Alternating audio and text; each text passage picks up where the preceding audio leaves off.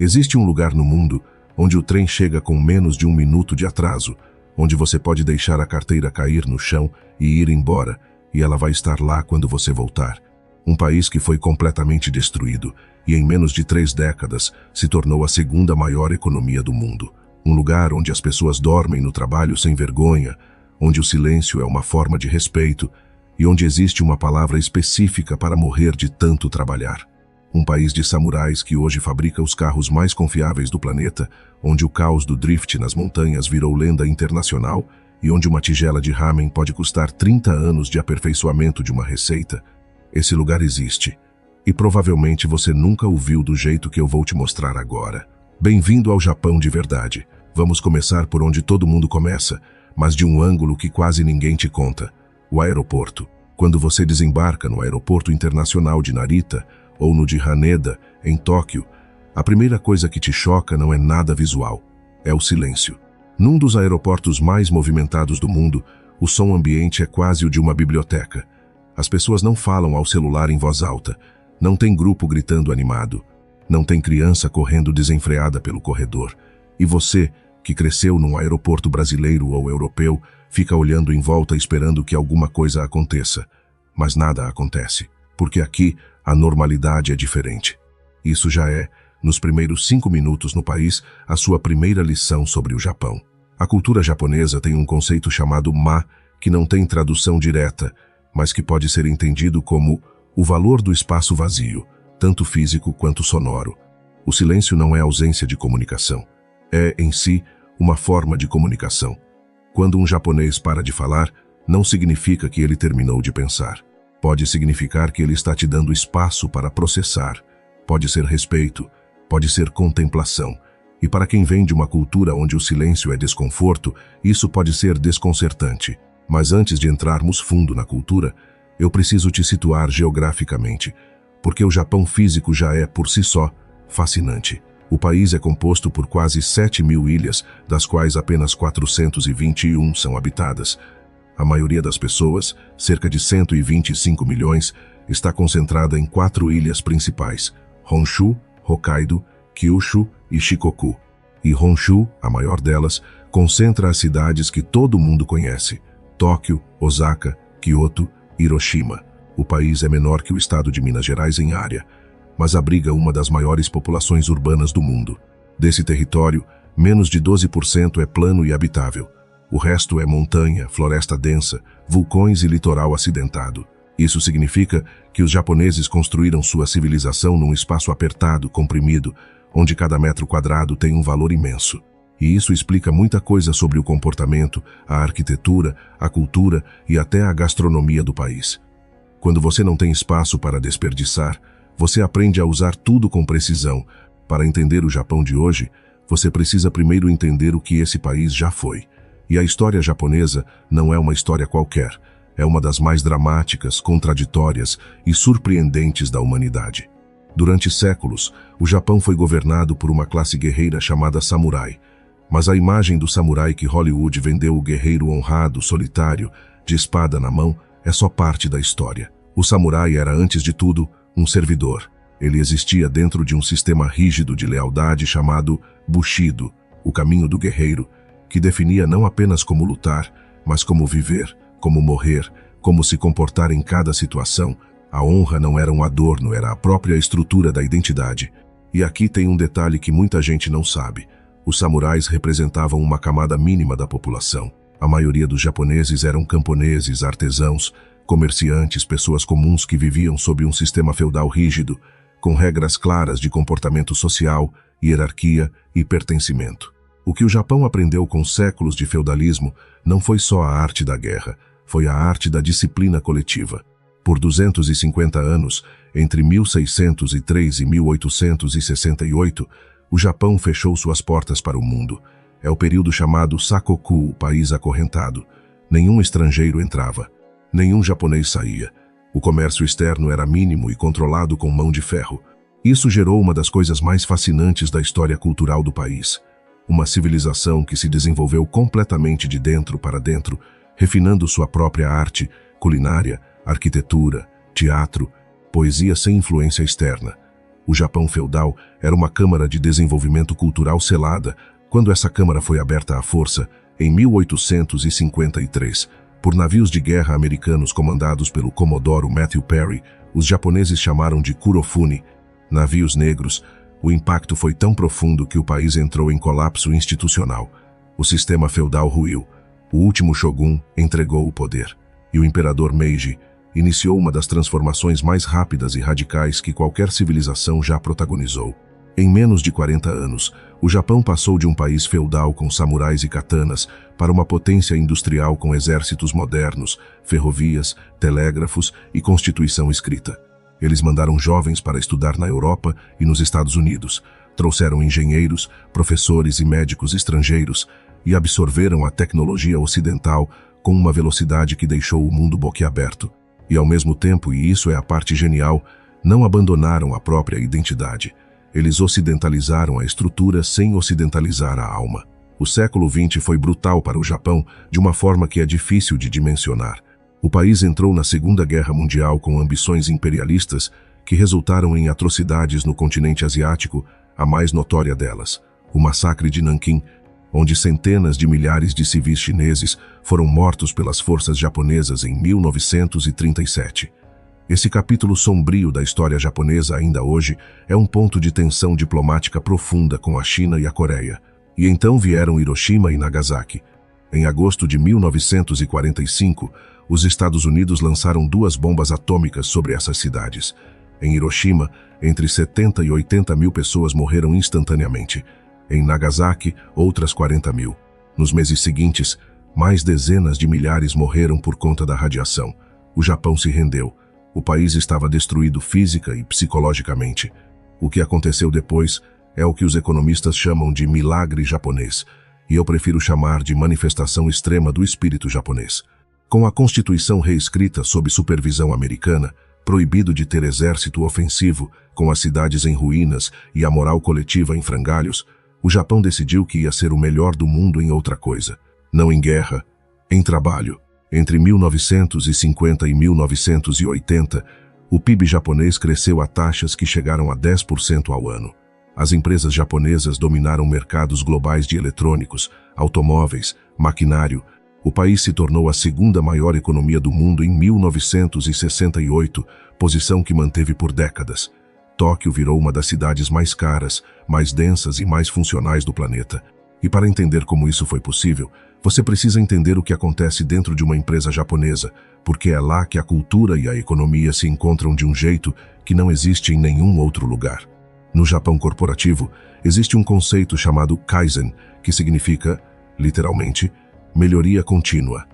A ideia é simples: não espere pela grande mudança. Melhore um pouco, todos os dias, sempre. Um parafuso apertado de forma mais eficiente, um passo a menos numa linha de montagem, um segundo economizado num processo de embalagem. Individualmente, parecem irrelevantes. Coletivamente, ao longo de anos, são a diferença entre mediocridade e excelência.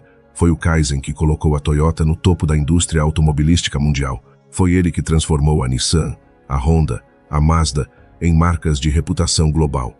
E foi ele que criou o que ficou conhecido como o Sistema Toyota de Produção, um método de manufatura tão revolucionário que foi exportado para fábricas em todo o mundo, rebatizado no Ocidente como Lean Manufacturing, produção enxuta. A Toyota, fundada em 1937 por Kiichiro Toyoda, sim, o nome da família era Toyoda, com D, mas mudaram para T, porque no sistema japonês de numerologia, os traços da escrita de Toyota somam 8, um número de sorte. A Toyota cresceu de uma pequena fábrica de teares para a maior montadora do mundo. Em 2023, foi a primeira empresa a vender mais de 10 milhões de carros em um único ano. Mas o que faz os carros japoneses serem o que são não é só tecnologia, é filosofia. O conceito de que um carro deve funcionar, não impressionar, não intimidar, funcionar e funcionar de novo. E de novo, sem drama. Um estudo famoso nos Estados Unidos mediu a confiabilidade de diferentes marcas de carros ao longo de 10 anos. As japonesas Toyota, Honda, Mazda, Subaru dominaram o topo da lista por margens que deixaram as rivais alemãs e americanas em saia justa. O Toyota Land Cruiser é regularmente descrito por agências humanitárias que trabalham em zonas de guerra e regiões remotas como o veículo mais confiável já fabricado. Não porque seja o mais bonito ou o mais poderoso, porque ele simplesmente não quebra. Mas tem outro lado da cultura automotiva japonesa que é completamente diferente dessa seriedade corporativa. E é um dos aspectos mais fascinantes e menos conhecidos do país para quem olha de fora. Nos anos 1980 e 1990, nas montanhas de Gunma, numa estrada sinuosa conhecida como Akagi e nas curvas do Monte Haruna, jovens japoneses faziam algo que não estava em nenhum manual de engenharia.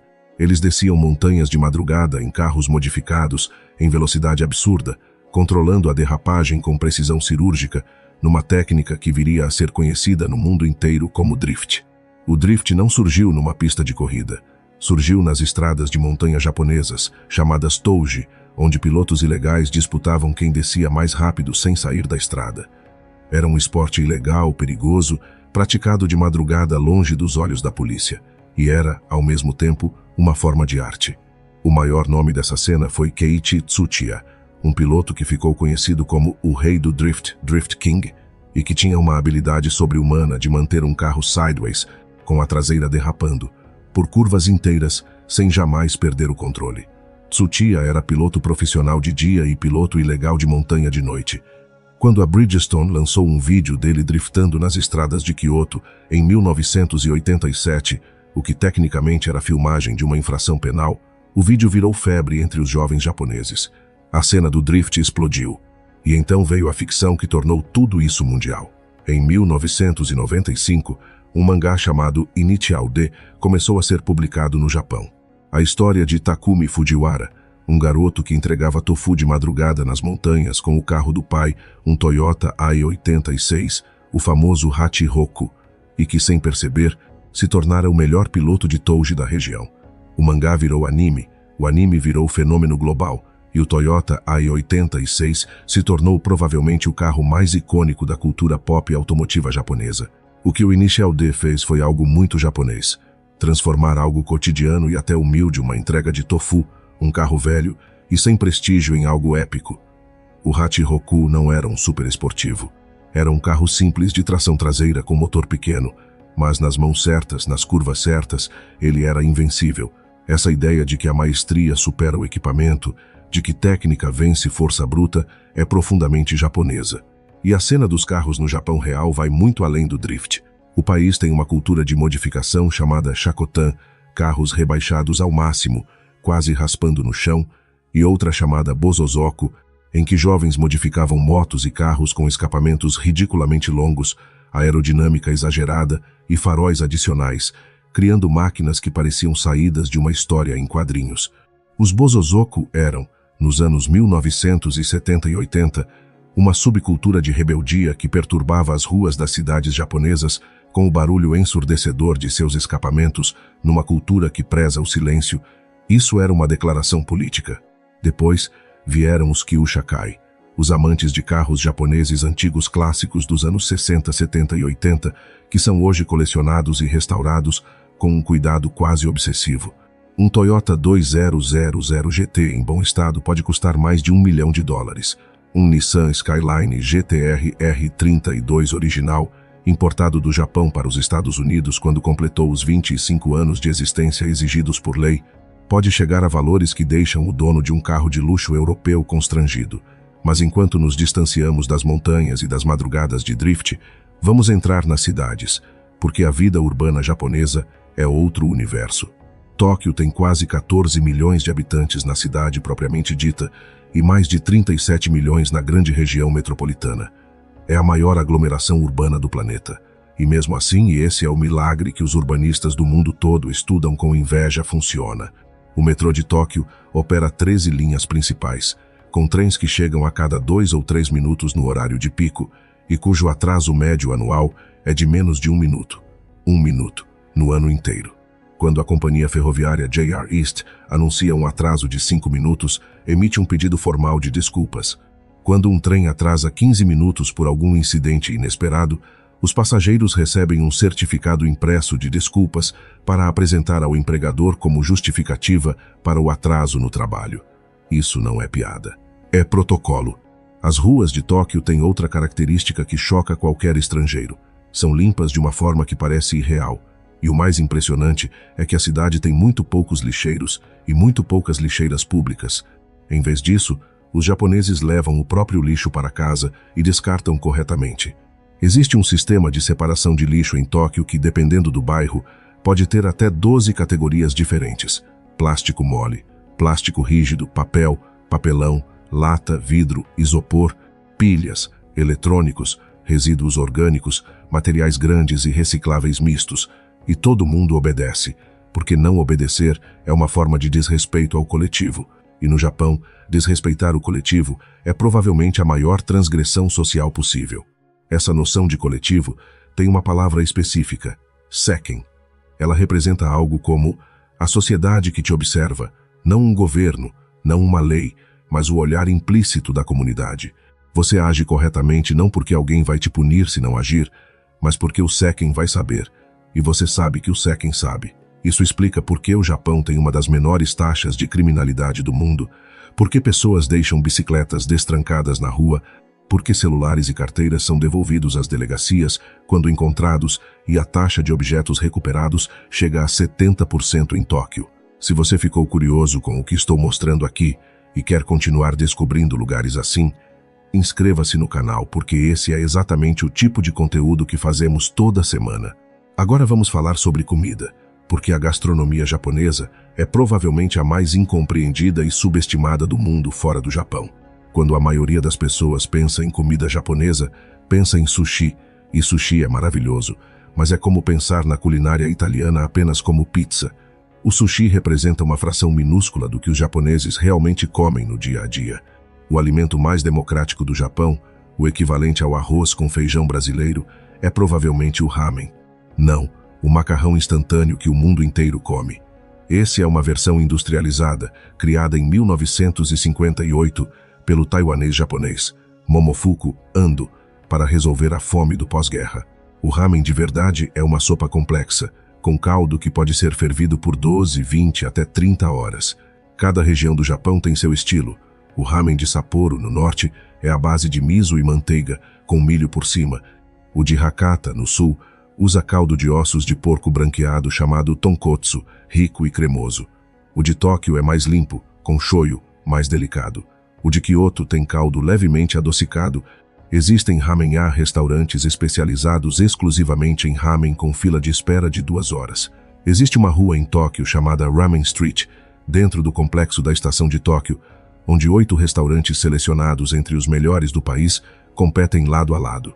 Os donos dessas casas dedicaram décadas aperfeiçoando uma receita. Num país onde a excelência é expectativa, não meta, fazer um ramen mediano é uma falha moral. Existe também o soba, macarrão fino de trigo sarraceno, servido frio ou quente, que no Japão é associado à longevidade e é comido na virada do ano. O udon, feito de trigo, mais grosso e mastigável, especialmente popular na região de Kagawa, onde existem mais restaurantes de udon per capita do que em qualquer outro lugar do mundo. O okonomiyaki, um tipo de panqueca salgada grelhada na chapa, com ingredientes que variam por região em Osaka, é feita em camadas. Em Hiroshima, as camadas são separadas, incluindo macarrão e yakisoba.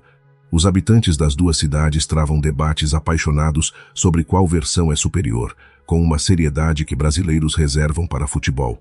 Tem o onigiri, bolinho de arroz triangular embrulhado em alga, vendido em combine, as lojas de conveniência que são um fenômeno social japonês por si só.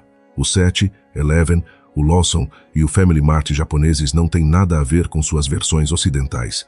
Eles vendem comida quente preparada diariamente, onigiris frescos, sanduíches de qualidade, sopas, macarrão, sake, doces tradicionais, remédios, ingressos para eventos, serviços de impressão e até serviços de seguro. São, na prática, pequenos centros de serviços comunitários abertos 24 horas. Um japonês médio visita o combine mais próximo cerca de 4 vezes por semana. E falando em coisas abertas 24 horas, a vending machine japonesa é outro nível. Existem cerca de 4 milhões de máquinas de venda automática no Japão, uma para cada 25 habitantes.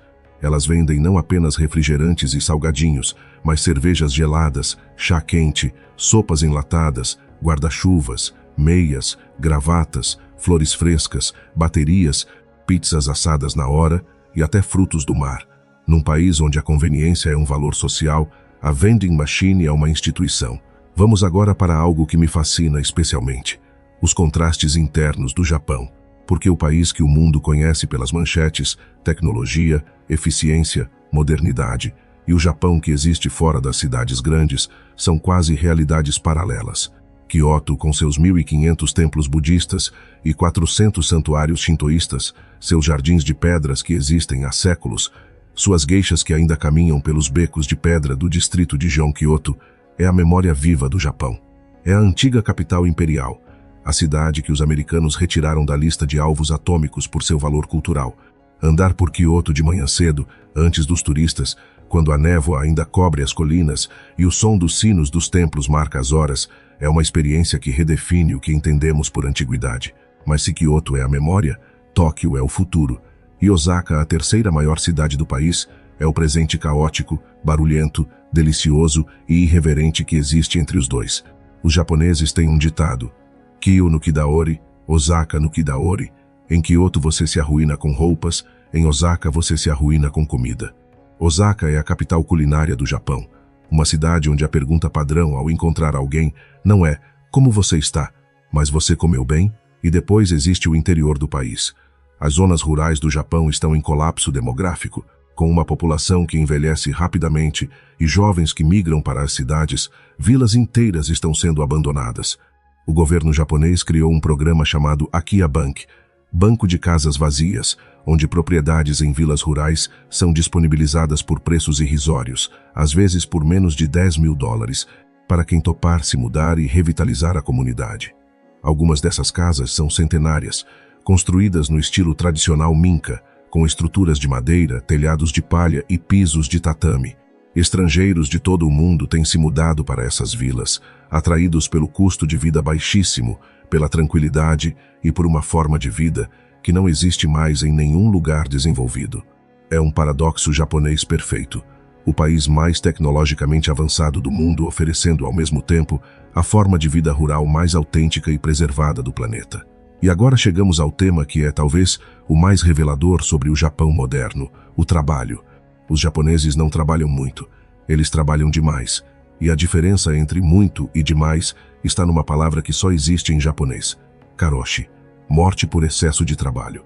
Não é metáfora, é um diagnóstico médico oficial, reconhecido pelo governo japonês desde os anos 1970. O coração para de bater não por doença, não por acidente, mas pelo acúmulo de horas de trabalho, privação de sono e estresse crônico. Em 2016, uma funcionária de 24 anos da agência de publicidade Dentsu morreu depois de registrar mais de 100 horas extras em um único mês. O caso chocou o país e levou o governo a criar leis limitando horas extras, algo que 2 séculos de cultura do trabalho tornaram quase impossível de implementar na prática, porque a pressão social para não sair antes do chefe é tão forte que muitos funcionários ficam até meia-noite, simplesmente porque não é culturalmente aceitável ir embora primeiro. Existe até uma prática chamada inemuri, dormir em público, enquanto claramente deveria estar trabalhando, que no Japão não é vista como preguiça, mas como prova de dedicação. O raciocínio é: se você está dormindo no trabalho, no metrô, na reunião, é porque você trabalhou tanto que literalmente não consegue mais ficar acordado. É uma medalha de honra velada. Já foram registrados casos de funcionários que simulavam dormir porque não queriam parecer os únicos descansados do escritório. Esse nível de pressão tem consequências sociais que o Japão está só agora começando a enfrentar abertamente. O país tem uma das maiores taxas de suicídio entre os países desenvolvidos. Tem um fenômeno chamado hikikomori, jovens que se isolam completamente da sociedade, ficando meses ou anos sem sair do quarto, sem interação social, muitas vezes sustentados pelos pais e cujos números chegam, segundo estimativas recentes do governo, a mais de 1 milhão de pessoas. E ainda existe a solidão crônica. O Japão tem um número imenso de pessoas que vivem completamente sozinhas, especialmente idosos, mas também jovens cada vez mais, que vão dias, semanas, sem falar com ninguém. O fenômeno ficou tão sério que o governo criou, em 2021, um Ministério da Solidão. O primeiro do mundo. Mas há algo que equilibra tudo isso, e que é uma das coisas mais bonitas do Japão: a relação do país com a natureza e com a passagem do tempo. O Hanami, a contemplação das flores de cerejeira, é provavelmente o ritual coletivo mais democrático do Japão. Quando as cerejeiras florescem, normalmente entre março e abril, dependendo da região, todo o país para. Escritórios inteiros reservam parques com semanas de antecedência. Famílias, amigos, colegas de trabalho se reúnem embaixo das árvores com cestas de comida, cervejas, sake. Eles contemplam as flores que vão durar apenas 2 semanas, e essa brevidade é o ponto central. Existe um conceito budista chamado Mono no Aware, a melancolia das coisas, que é a sensação de beleza que vem justamente da impermanência. A cerejeira é bela porque vai murchar. A lua é bela porque vai desaparecer. O verão é especial porque vai acabar. A vida é preciosa porque é finita. O Japão construiu uma estética inteira em torno dessa ideia, e ela permeia a arquitetura, o design, a culinária, a literatura, o teatro no. O wabi-sabi é outro conceito que os ocidentais tentam traduzir com dificuldade, grosso modo. É a beleza encontrada na imperfeição e na incompletude. Uma tigela de chá com uma rachadura reparada com ouro, a prática do kintsugi, não é uma tigela consertada. É uma tigela que conta a história de sua quebra. A cicatriz é parte da beleza. Isso é profundamente anti-ocidental numa época onde tudo deve ser perfeito, novo, sem marcas. E se você está achando essa perspectiva fascinante, me faz um favor, vai lá e se inscreve no canal, porque tem muito mais mundo a ser descoberto assim, com essa profundidade. Vamos falar de tecnologia, porque é impossível falar do Japão moderno sem falar de inovação. Mas talvez não do jeito que você espera. O Japão foi, por décadas, sinônimo de futuro. A Sony inventou o Walkman em 1979 e mudou para sempre a forma como o mundo ouvia música. A Nintendo criou o Famicom em 1983, rebatizado de NES no Ocidente, e praticamente ressuscitou a indústria dos videogames após o crash de 1983. O Game Boy, o PlayStation, o Wii, os robôs industriais da Fanuc, que fabricam outros robôs, o Bullet Train, o Shinkansen, que começou a operar em 1964, no mesmo ano das Olimpíadas de Tóquio, e que até hoje é um dos trens mais rápidos e pontuais do mundo, com velocidades que chegam a 320 km por hora e um recorde experimental de 603 km por hora. Mas o Japão tecnológico também tem suas contradições fascinantes. É um país onde você encontra robôs humanoides em hospitais e fábricas, mas onde muitos escritórios ainda usam fax. Onde o governo federal ainda usava disquetes até 2022, sim, 2022. Onde existe uma cultura de documentação em papel que resiste à digitalização com uma teimosia que desconcerta qualquer engenheiro de software. Isso acontece porque o Japão tem uma relação muito específica com a mudança. Mudança incremental Kaizen é aceitável e valorizada. Ruptura radical é perturbadora. E um sistema que funciona, mesmo que seja um fax, não deveria ser substituído apenas porque existe algo mais novo. Existe uma lógica conservadora na inovação japonesa que é, paradoxalmente, o que a torna tão confiável. A Toyota não lança um modelo radicalmente redesenhado a cada ano. Ela melhora o modelo existente imperceptivelmente, ano após ano, durante décadas. O resultado é que quando você compra um Toyota Corolla, você está comprando décadas de pequenas melhorias acumuladas. Nenhuma grande aposta, nenhum grande salto, apenas excelência composta. E agora, no mundo dos carros elétricos, o Japão está enfrentando seu maior desafio industrial em décadas. A Toyota apostou durante anos na tecnologia híbrida, que domina com uma confiança esmagadora, e foi mais cautelosa no elétrico puro. Enquanto Tesla, BYD e montadoras europeias apostavam em baterias, a Toyota apostava no hidrogênio e no híbrido. Se essa aposta vai se provar certa ou errada nos próximos 10 anos, é, talvez, a questão mais importante da indústria automobilística global hoje. Existe algo que poucos turistas descobrem sobre o Japão e que transforma completamente a experiência de estar lá, os onsen. Os onsen são banhos termais naturais alimentados pelo calor vulcânico da Terra, e o Japão, sentado sobre o anel de fogo do Pacífico, tem mais de 25.000 fontes termais registradas. A cultura dos onsen é milenar. Você entra nu, completamente nu, sem trajes de banho, numa piscina de água quente mineralizada, em geral ao ar livre, cercado de natureza, em silêncio, e simplesmente fica ali, pensando. Ou não pensando. A temperatura da água, geralmente entre 40 e 45 graus, tem um efeito fisicamente sedativo. O onsen é, talvez, a antítese perfeita do karoshi. É o espaço cultural japonês criado para não fazer nada, para existir sem produzir, para deixar que o calor da terra faça o trabalho. Os ryokan pousadas tradicionais japonesas são os lugares onde a experiência de onsen é mais completa. Você dorme em futon sobre tatame, usa o yukata, um kimono leve de algodão, come um jantar kaiseki, uma sequência de pratos minúsculos e elaborados que mais parece uma exposição de arte do que uma refeição. Bebe sake aquecido. E acorda de manhã para o banho da manhã, com vista para um jardim japonês onde cada pedra foi colocada com intenção. O kaiseki merece um parêntese. É a alta gastronomia japonesa, e é tão refinada que Kyoto tem mais restaurantes estrelados pelo Guia Michelin per capita do que qualquer outra cidade do mundo. O kaiseki é a aplicação da estética wabi-sabi à comida. Cada prato deve ser uma composição visual, cada ingrediente deve estar no auge da sua sazonalidade, cada temperatura deve ser precisa, cada textura deve contrastar com a anterior. Um jantar kaiseki de verdade pode ter 15, 20 pratos e durar 4 horas. Mas o Japão também é contraditório de formas que vão além da tecnologia e da tradição. É um país com profundo respeito pela educação. As universidades japonesas estão entre as melhores da Ásia e a taxa de alfabetização é de praticamente 100%. Mas onde o sistema educacional é famoso pela pressão absurda, as crianças japonesas entram na corrida por vagas nas melhores universidades ainda na pré-escola. Existem escolas particulares noturnas de reforço, às quais crianças de 6, 7 anos vão depois da escola regular para estudar matemática e japonês por mais 2 ou 3 horas. A pressão começa antes de aprender a amarrar o sapato. É um país com uma das maiores expectativas de vida do mundo. As mulheres japonesas vivem, em média, 87 anos. Os homens, 81, mas onde a natalidade caiu tão drasticamente que o país está em colapso demográfico. Em 2023, nasceram menos de 730 mil bebês no Japão, menos da metade do número de mortes no mesmo período. A população está encolhendo a um ritmo que assusta os economistas.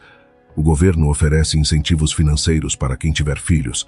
Regiões rurais pagam as famílias para se mudarem para lá, e nada parece reverter a tendência. Os jovens japoneses estão cada vez menos interessados em relacionamentos. Existe um fenômeno chamado Soshoku Keidanshi, homens herbívoros, para descrever homens jovens que perderam o interesse em conquista, romance e sexo, preferindo investir o tempo em passatempos individuais como videogame, anime e modelos plásticos. E as mulheres, por sua vez, cada vez menos interessadas em casamento e maternidade numa sociedade onde até recentemente a expectativa era que abandonassem a carreira ao casar. O Japão é o 4º país com mais mulheres trabalhando no mundo, mas tem apenas 15% de mulheres em posições de liderança corporativa, um dos índices mais baixos entre os países ricos. Há um aspecto do cotidiano japonês que parece pequeno, mas que revela muito sobre a sociedade, as regras não escritas do espaço público. No metrô, não se fala ao telefone, não se come, não se ocupa mais de um assento com bolsas. Quando alguém mais velho, grávido ou com dificuldade de locomoção entra, você levanta e cede o lugar sem que ninguém precise pedir, sem que ninguém precise elogiar. O vagão de mulheres apenas existe nos horários de pico para proteger as passageiras do assédio que acontece mesmo no Japão, com sua imagem de segurança total. Nesses vagões, homens não entram. A regra não está escrita na porta, ela está nos olhares. Quando você entra em um restaurante japonês, o garçom grita "Irashaimase", bem-vindo, numa entonação específica que varia por região e estabelecimento. Não é uma saudação individual, é um anúncio ritual. Você não precisa responder, você apenas entra. Quando você chama o garçom, não gesticula na direção dele, você usa um botão na mesa ou diz "sumimasen" em voz firme, mas sem gritar. Nunca se grita no Japão, ou quase nunca. Quando você recebe um cartão de visita no Japão, e eles ainda usam muito cartão de visita, com uma cerimônia específica, chamada Meishi Koukan, você o recebe com as 2 mãos. Você lê atentamente. Você não o dobra, não o escreve nem o coloca no bolso de trás da calça. Você o coloca com cuidado sobre a mesa ou em um porta-cartões. O cartão de visita é uma extensão da pessoa. Desrespeitá-lo é desrespeitar quem o entregou. Em uma negociação de negócios, esses detalhes podem determinar se o contrato é assinado ou não. Vamos falar do Japão que existe entre o visível e o invisível. A espiritualidade japonesa é, para a maioria dos ocidentais, profundamente desconcertante, não porque seja inacessível, mas porque funciona de uma forma completamente diferente do que estamos acostumados. O Japão é simultaneamente budista e shintoísta. A maioria dos japoneses pratica as duas religiões sem conflito, o que seria impensável na lógica ocidental de fé exclusiva. Eles nascem e se casam em rituais shintoístas, uma religião animista que crê que espíritos, chamados kami, habitam objetos naturais e lugares específicos e morrem em rituais budistas. As festividades, as festas de fim de ano, os rituais de fertilidade e proteção de bebês são shintoístas. Os funerais, as práticas de meditação, a filosofia da impermanência são budistas. Existem mais de 80 mil templos budistas no Japão e mais de 80 mil santuários shintoístas. Muitos bairros têm um pequeno santuário na esquina, com um torii o portal vermelho que marca a entrada para o espaço sagrado e onde as pessoas param brevemente, batem as mãos 2 vezes, inclinam a cabeça e continuam o caminho. Não é necessariamente uma oração profunda, é um reconhecimento, uma pausa. O Oharai, a purificação ritual, acontece 2 vezes por ano em todos os santuários shintoístas do país, em junho e dezembro.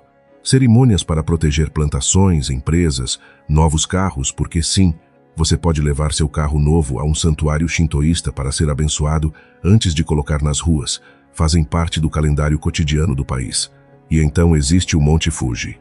Não apenas como ícone visual o mais fotografado e pintado da história japonesa, o motivo central das 36 vistas do Monte Fuji, do mestre Hokusai, mas como espaço sagrado.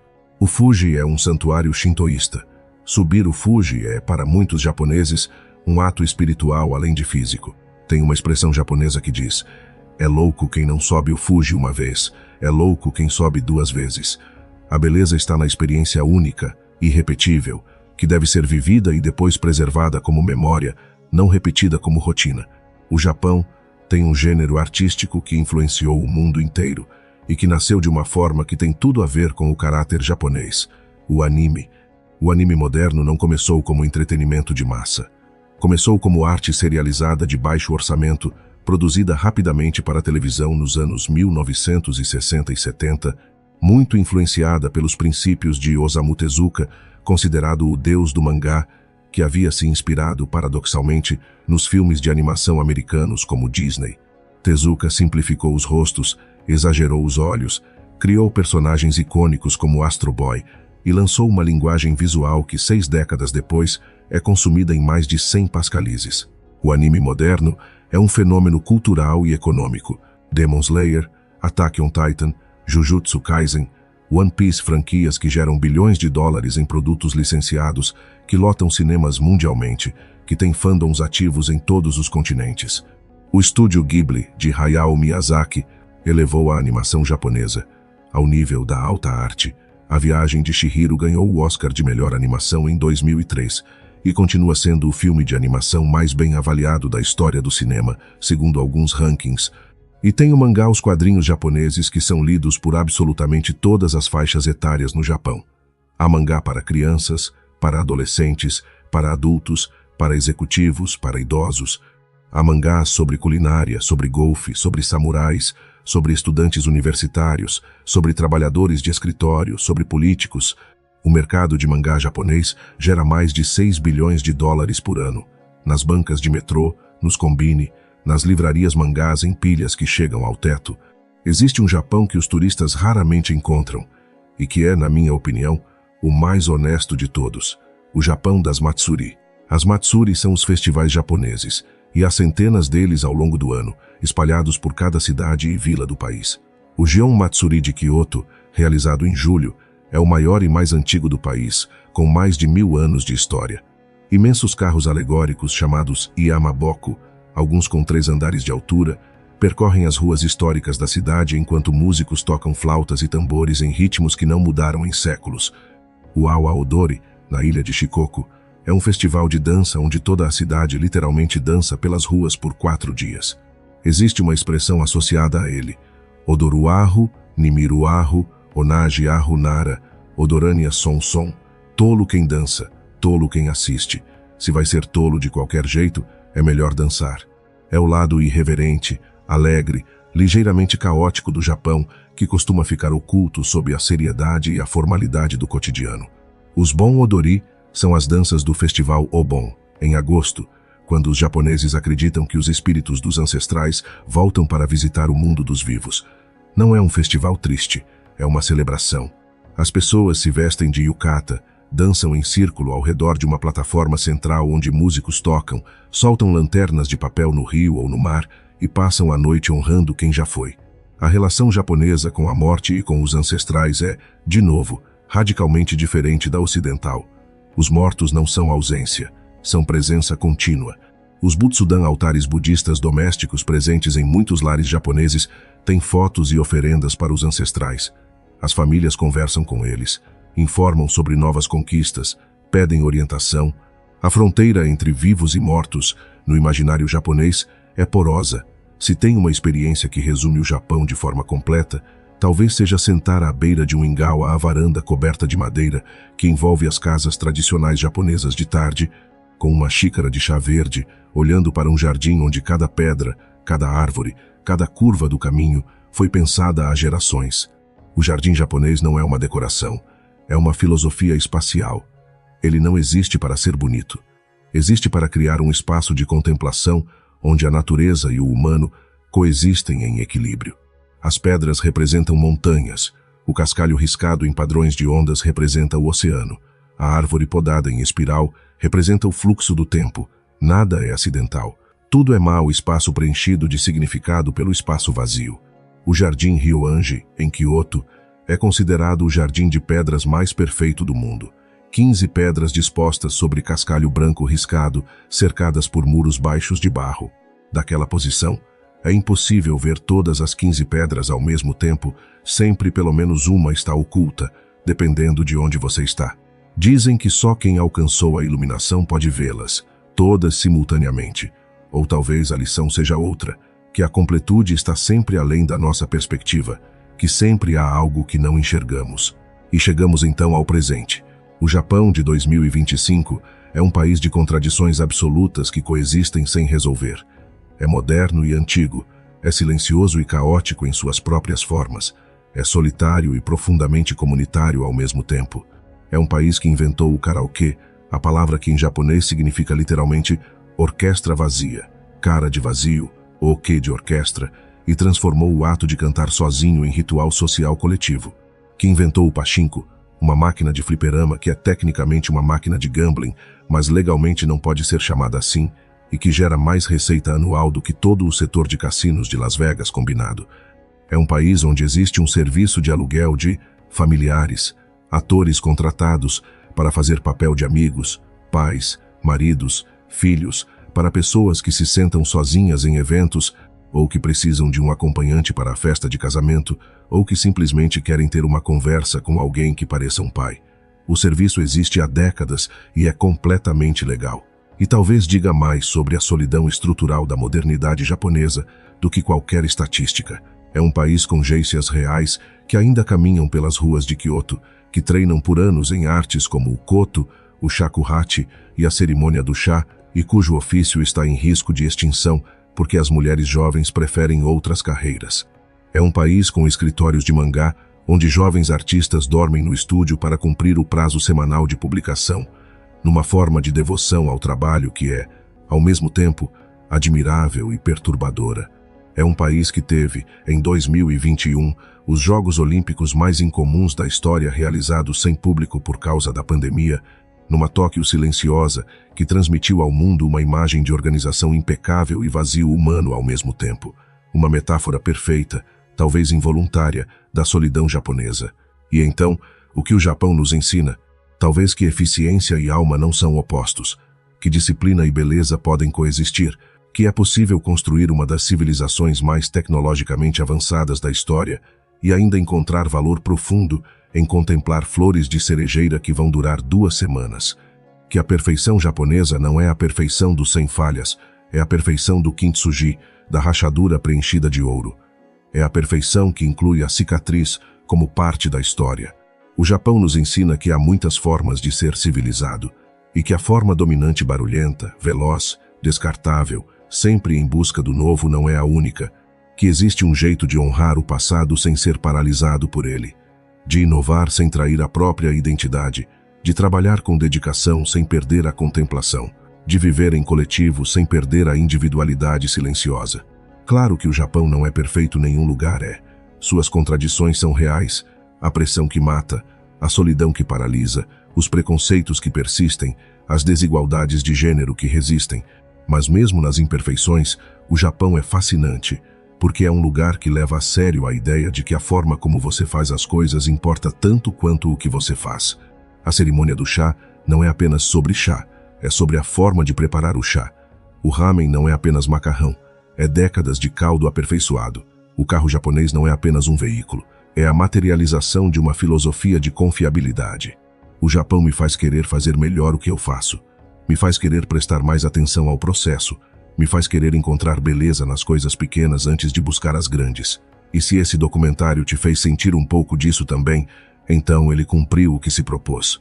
Se você chegou até aqui sem desviar o olhar, você sabe que esse tipo de conteúdo é raro, então inscreve-se no canal e ativa o sininho, porque o próximo destino já está sendo preparado com esse mesmo cuidado, com essa mesma profundidade, e quero que você esteja lá quando ele chegar. O Japão não é o país que você pensava que conhecia, e esse talvez seja o maior presente que um lugar pode te dar.